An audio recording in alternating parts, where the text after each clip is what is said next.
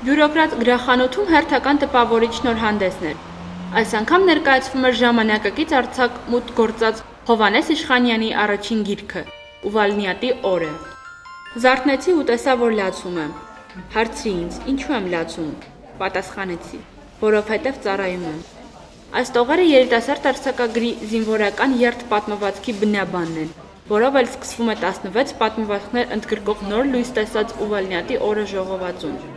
Գրքի վերնագիրը կարող է մի քիչ տարօրինակ թվալ ընթերցողին, բայց հեղինակը ասում է, որ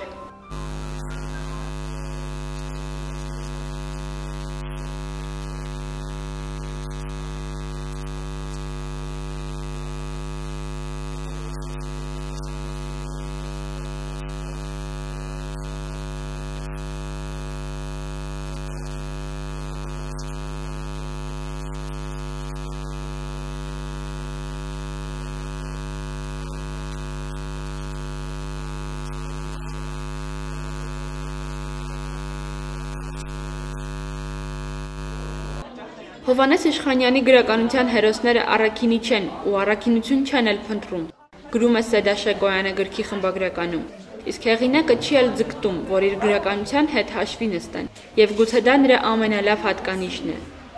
Հեղինակը, խոսելով Անդոյի անունից, հարցնում է. «Ձեզ թվում է, որ Բարադի էի, չէի ուզում ապրեի, ով ասեց, թե Բարադին հենց բարադիության համար չի ապրում, հենց բարադիությունից կայֆ չի ստանում»։ Սեդա Շեկոյանի բնորոշմամբ սա քմահաճույք է, որը դուրս է գալիս ակնհայտությունների դեմ։